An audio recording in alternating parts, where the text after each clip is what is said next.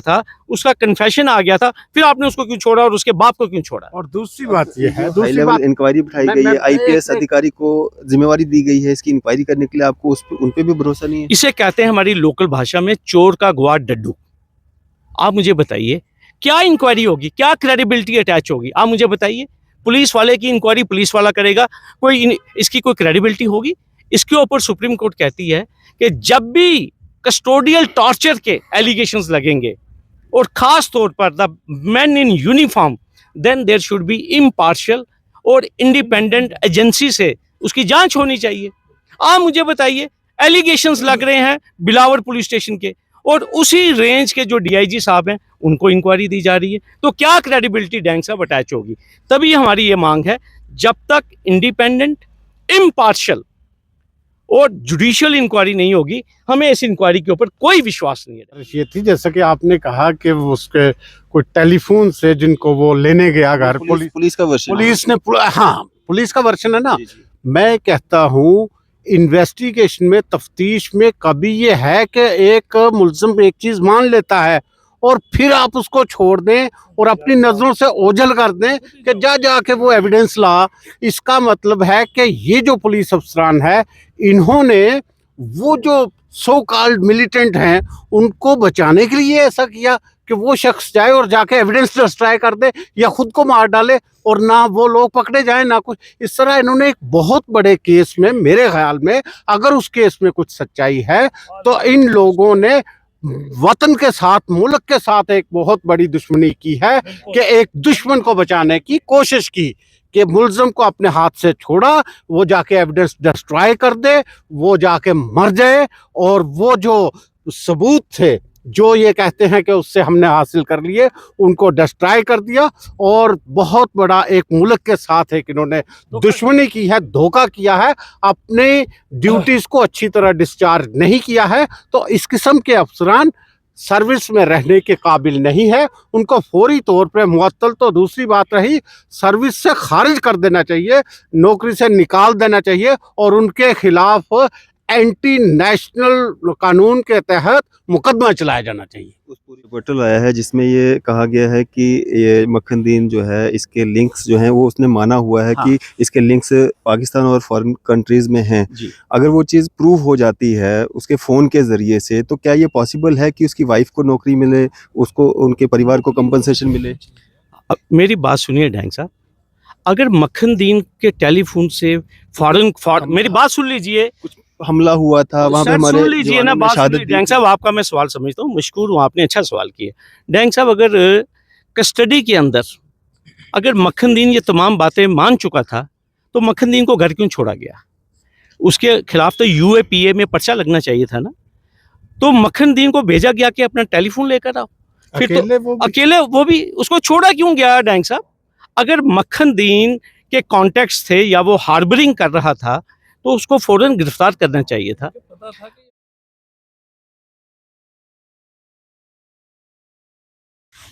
अभी हम high court में मौजूद हैं और हाई कोर्ट में आप देख सकते हैं तस्वीरों में मैक्सिमम एडवोकेट्स जो हैं यहाँ पे आए हुए हैं, इकट्ठा हुए हैं। क्या कुछ कारण है, इनसे बातचीत करेंगे। सर, आज आप सारे इकट्ठा हुए हैं, क्या कारण है? डैंग साहब, हम सभी लोग जो हैं, जिस तरीके से मक्खनदीन को अपनी जान गंवानी पड़ी, जिस तरह से मक्खनदीन और उसके वालिद मुरीद के ऊपर जुल्म और बर्बरियत की गई, टॉर्चर किया गया 3rd डिग्री, उसको कंडेम करने के लिए हम सभी लोग यहाँ पे इकट्ठे हुए हैं। और पूरे जम्मू कश्मीर ने, क्या पूरी दुनिया ने देखा है कि किस तरह मक्खनदीन ने अपने सर के ऊपर कुरान शरीफ रख के और मस्जिद के अंदर कस्में खाकर अपनी मासूमियत की, और फिर उसके बाद उसने अपनी कौम को बचाने के लिए, जिस तरह अपने और साथियों को बचाने के लिए जो मासूम है, जिस तरीके से उसने अपनी जान गंवाई है, हम सभी लोग, सभी वकला जो जम्मू बार से हैं, हम पूरे उस ख़ानदान के साथ हैं। हम सॉलिडेरिटी एक्सप्रेस करने के लिए यहाँ पे इकट्ठे हैं। और साथ में हम इसलिए इकट्ठे हुए हैं कि पूरे कठुआ के जो पर्टिकुलर जो वर्ग है, जो वहाँ की मुस्लिम पॉपुलेशन है, वहाँ की जो ट्राइबल कम्युनिटी है, उसको ये बताने के लिए इकट्ठे हुए हैं कि वो अकेले नहीं हैं, हम उनके साथ हैं।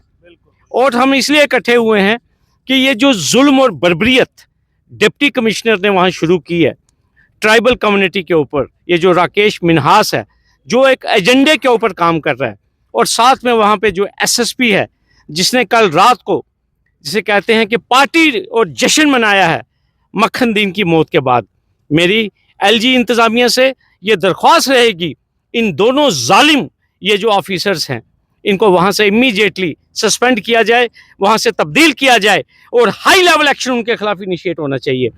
और साथ में हम जुडिशल इंक्वायरी की डिमांड कर रहे हैं।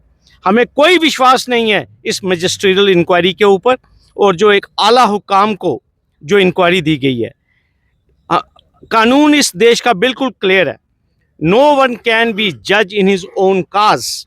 जब इल्ज़ाम लोकल पुलिस के ऊपर लगे हुए हैं, खाकी वर्दी वालों के ऊपर इल्ज़ाम लगे हुए हैं, तो हमें पुलिस की इंक्वायरी के ऊपर कोई यकीन नहीं है जब तक इम्पार्शियल, इंडिपेंडेंट और जुडिशल इंक्वायरी नहीं होगी।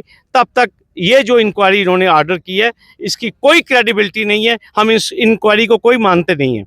और दूसरा, बड़े अफसोस के साथ मैं ये बात कहना चाहता हूँ कि जो कल जुल्म किया गया है लोगों के ऊपर, कल लोगों को नमाज जनाजा के लिए जो कठुआ से लोग गए और मुख्तलिफ इलाकों से जो मक्खन दीन के जनाजे में शमूलियत करना चाहते थे उनको वहाँ जाने से रोका गया है। गाड़ियों में से लोगों को उतार के उनके नाम पूछ पूछ के, जिसका नाम अगर मुस्लिम है उसको रोका गया है। हॉस्पिटल से लोगों को निकाला गया है जो मुस्लिम पेशेंट्स हैं। ये चल क्या रहा है बिलावर में और कठुआ में।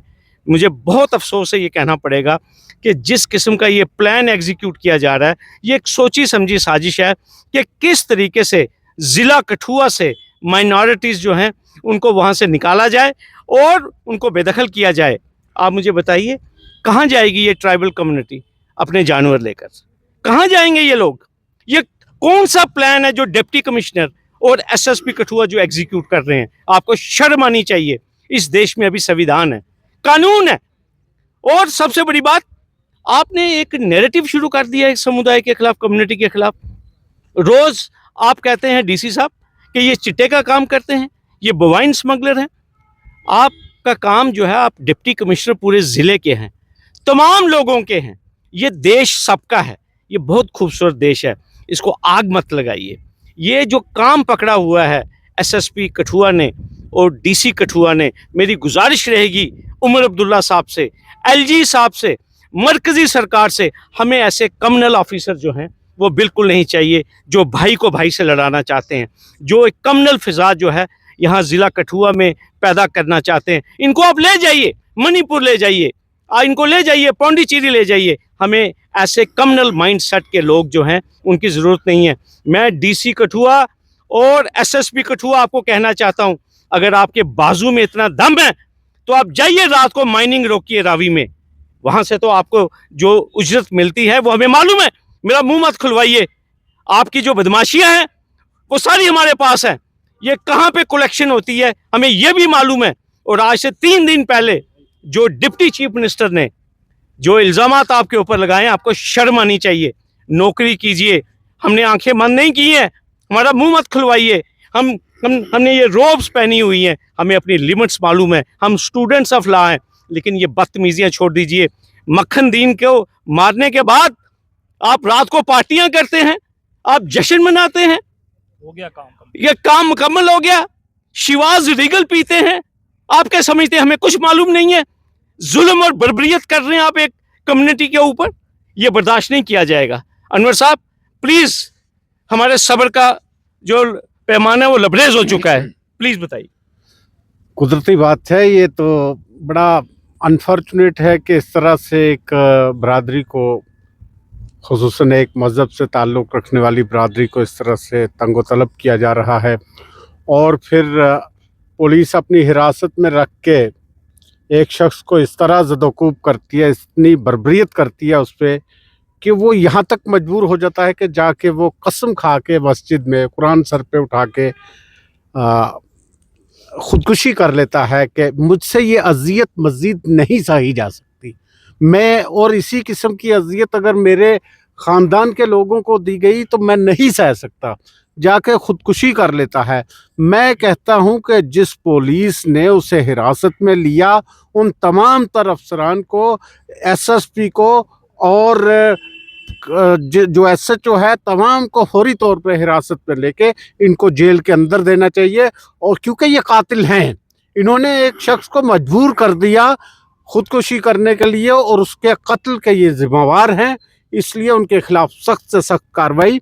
अब एक कहते हैं कि हमने तहसीलदार को इंक्वायरी, ओ भाई तहसीलदार की क्या मजाल है बेचारे की कि वो एक लफ्ज़ भी इधर से उधर लिखेगा जो एसएचओ से कहेगा या एसएसपी कहेगा, या एक कम्युनल डीसी जो वहाँ पे अपॉइंट किया गया है, वो उनके कहने के खिलाफ एक तहसीलदार की क्या जुर्रत है, उसकी क्या पाया है इंतज़ामिया में।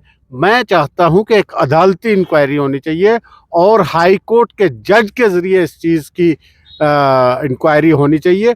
वहाँ पे एविडेंस उन लोगों की ली जाए जिनका फ़र्द इस यानी जो कत्ल हुआ है उसकी एविडेंस, एक जुडिशल इंक्वायरी हो और वहाँ पे ये तय हो कि आया उसमें एसएसपी और दूसरे अफसरान जो पुलिस के वो मुलव्वस हैं कि नहीं।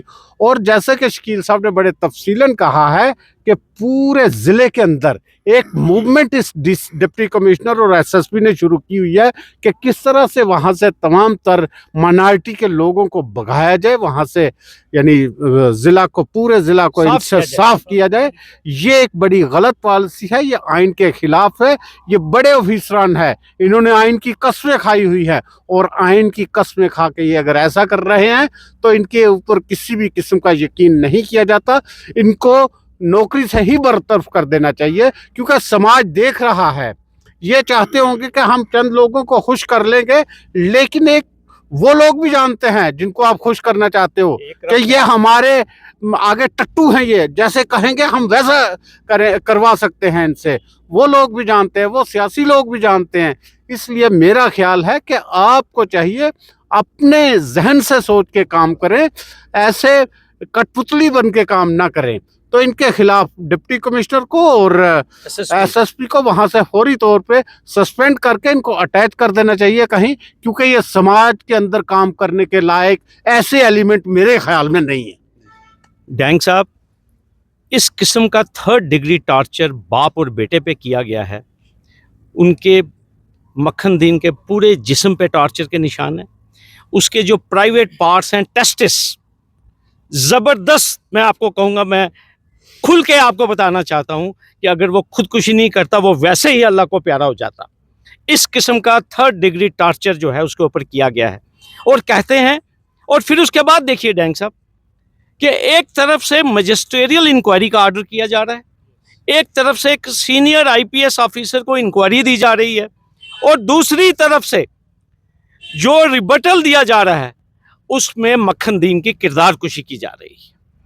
आप मुझे बताइए, इंक्वायरी किस बात की है? क्या ये आईवाश नहीं है?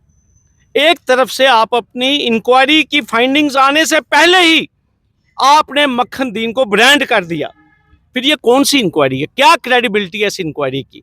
और हमें कोई यकीन नहीं है, not less than judicial inquiry, जब तक जुडिशल इंक्वायरी नहीं होगी। और दूसरी बात, आप मुझे बताइए, जिस शख्स की 2 मासूम बच्चियां हो, एक 6 महीने की और एक 2 साल की, और जिसकी बीवी हो और जिसका वालिद हो, वो खुदकुशी क्यों करेगा? सबसे बड़ा ये सवाल है। उसको इतना बेइज्जत किया गया, उसको इतना जलील किया गया कि उसने अपने जीने का मकसद ही छोड़ दिया। और दूसरी बात, मैं अपने तमाम साथियों की तरफ से डॉक्टर रमेश्वर का, जो कि एमएलए बनी हैं, जो कल उन्होंने रोल प्ले किया है, हम उनका शुक्रिया अदा करना चाहते हैं। वो एक वाहिद शख्सियत थी कल जिसने अकेले जंग लड़ी है। और दूसरी बात मैं आपको कहना चाहता हूँ, एडमिनिस्ट्रेशन को फौरी कंपनसेशन पे किया जाए और मक्खन दीन की बीवी की SRO 43 के अंदर अपॉइंटमेंट होनी चाहिए, ये हमारी मांग है। और अगर जुडिशल इंक्वायरी ऑर्डर नहीं हुई तो जिस इंसाफ के मंदिर में हम अभी बैठे हुए हैं, अनवर साहब, इसी का दरवाज़ा जो है वो खटखटाया जाएगा। और इस राकेश मिन्हास डीसी को, जो कि कम्युनल माइंडसेट का डीसी है और एक पर्टिकुलर समुदाय को टारगेट करने के लिए बैठा हुआ है, इसको भी हम सिखाएंगे कि जो उसने गंद डाला हुआ है कठुआ के अंदर एक समुदाय को तंग करने का, ये करप्ट डीसी, सुन लो मेरी बात, बेशर्म डीसी, तुम करप्ट हो। अगर तुम्हारे में दम है तो परसों जो तुम्हें सर्टिफिकेट दिया है एक्सीलेंस का डिप्टी चीफ मिनिस्टर ने, जो तुम साथ होकर रात को माइनिंग कराते हो जिला कठुआ में, रावी में, कहाँ होते हो आप? हमें सब मालूम है कलेक्शन कहाँ पे होती है, सब नाम लेंगे हम, पब्लिक के सामने आपको नंगा करेंगे। और जो आपका जो किरदार है, मैं बार बार कहता हूं, ये कम्युनल माइंडसेट का डीसी है। और जिस जो नंगा नाच इनके साथ जो इनके पार्टनर हैं एसएसपी कठुआ, हम आपको छोड़ेंगे नहीं। इस देश में अभी संविधान है, कानून है, आपको बताएंगे कि सुप्रीम कोर्ट ने क्या कहा है कस्टोडियल टॉर्चर के ऊपर, ये हम आपको सिखाएंगे कानून। और दूसरी बात, मैं एडमिनिस्ट्रेशन से फिर कहता हूं, वो तमाम खास तौर पर एलजी साहब, क्योंकि एलजी साहब के अंडर ही ये ऑल इंडिया सर्विस के मेंबर्स हैं, एलजी साहब इसको राजभवन में ले आए, दोनों अफसरों को अपने साथ वहां रखें इनको अपने पास। ये पब्लिक को नहीं चला सकते, ये कम्युनल माइंडसेट के लोग हमें नहीं चाहिए, इनको अपने पास राजभवन में ले जाएं। और सबसे बेहतर यही होगा कि पेंडिंग इंक्वायरी इन दोनों करप्ट ऑफिसर्स को सस्पेंड किया जाए। इनको ये जो रिपोर्टल आया है जिसमें ये कहा गया है कि ये मखनदीन जो है इसके लिंक्स जो हैं वो उसने माना हुआ है कि इसके लिंक्स पाकिस्तान और फॉरेन कंट्रीज में हैं। अगर वो चीज़ प्रूव हो जाती है उसके फ़ोन के ज़रिए से, तो क्या ये पॉसिबल है कि उसकी वाइफ को नौकरी मिले, उसको उनके परिवार को कंपनसेशन मिले? अब मेरी बात सुनिए डैंग साहब, अगर मखनदीन के टेलीफोन से मेरी बात सुन लीजिए, हमला हुआ था वहाँ पे हमारे सुन लीजिए ना बात सुन लीजिए। डैंग साहब आपका मैं सवाल समझता हूँ, मशकूर हूँ, आपने अच्छा सवाल किया। डैंग साहब अगर कस्टडी के अंदर अगर मखनदीन ये तमाम बातें मान चुका था तो मखनदीन को घर क्यों छोड़ा गया? उसके खिलाफ तो यूएपीए में पर्चा लगना चाहिए था ना। तो मखनदीन को भेजा गया कि अपना टेलीफोन लेकर आओ, फिर तो अकेले वो भी उसको छोड़ा क्यों गया? डैंग साहब अगर मखनदीन के कॉन्टेक्ट्स थे या वो हार्बरिंग कर रहा था तो उसको फौरन गिरफ्तार करना चाहिए था। ठीक है, आप मुझे एक चीज बताइए ना, उसको छोड़ा क्यों गया? एक शख्स जिसने कन्फेशन कर लिया, मुझे बताइए, तो where is the FIR against Makhandeen? फिर तो he should have been immediately arrested then and there, जब उसने कन्फेशन किया। फिर आप एक मुलजिम को जिसके खिलाफ सीरियस एलिगेशन है कि वो हार्बरिंग कर रहा है, उसके फॉरेन कॉन्टेक्ट्स के साथ ताल्लुकात हैं, तो आप उसको कहते हैं कि तू जा, जहां तूने गन छुपाई हुई है वहां से लेकर आ। क्या ये काम इन्वेस्टिगेशन के दौरान होना था या आपने मखनदीन को छोड़ देना था कि आप जाइए अपना फोन लेकर आइए? डैंग साहब ये क्या मजाक है? लेकिन सर उसका चाचा जो है जिसके कहा जा रहा है कि वो पाकिस्तान में मिलिटेंट है जी, तो इसमें कितनी सच्चाई है? डैंग साहब क्योंकि वो वहाँ पे तो है नहीं, 15-20 सालों से। ये तो इन्वेस्टिगेशन का विषय था ना। उसका चाचा अगर मिलिटेंट है तो अगर मखनदीन को भी आपको लगता कोई कनेक्शन था तो उसके खिलाफ कानूनी कार्रवाई होनी चाहिए थी ना। ये 3rd डिग्री टार्चर थोड़ी होना चाहिए था कि आपने उसके टेस्टिस जो हैं उसके ऊपर टार्चर करना था। क्या इस देश का कानून ये है? अगर मखनदीन की कहीं पे कोई इन्वॉल्वमेंट थी तो कानून को अपना काम करना चाहिए था ना। डैंग साहब आपने मखनदीन को छोड़ा क्यों? जब मखनदीन के खिलाफ आपके खिलाफ एविडेंस आ गया था, उसका कन्फेशन आ गया था, फिर आपने उसको क्यों छोड़ा और उसके बाप को क्यों छोड़ा? और दूसरी बात ये है, हाई लेवल इंक्वायरी बिठाई गई है, आईपीएस अधिकारी को जिम्मेवारी दी गई है इसकी इंक्वायरी करने के लिए, आपको उन पे भी भरोसा नहीं है? इसे कहते हैं हमारी लोकल भाषा में चोर का गुआ डड्डू। आप मुझे बताइए क्या इंक्वायरी होगी, क्या क्रेडिबिलिटी अटैच होगी? आप मुझे बताइए, पुलिस वाले की इंक्वायरी पुलिस वाला करेगा, कोई इसकी कोई क्रेडिबिलिटी होगी?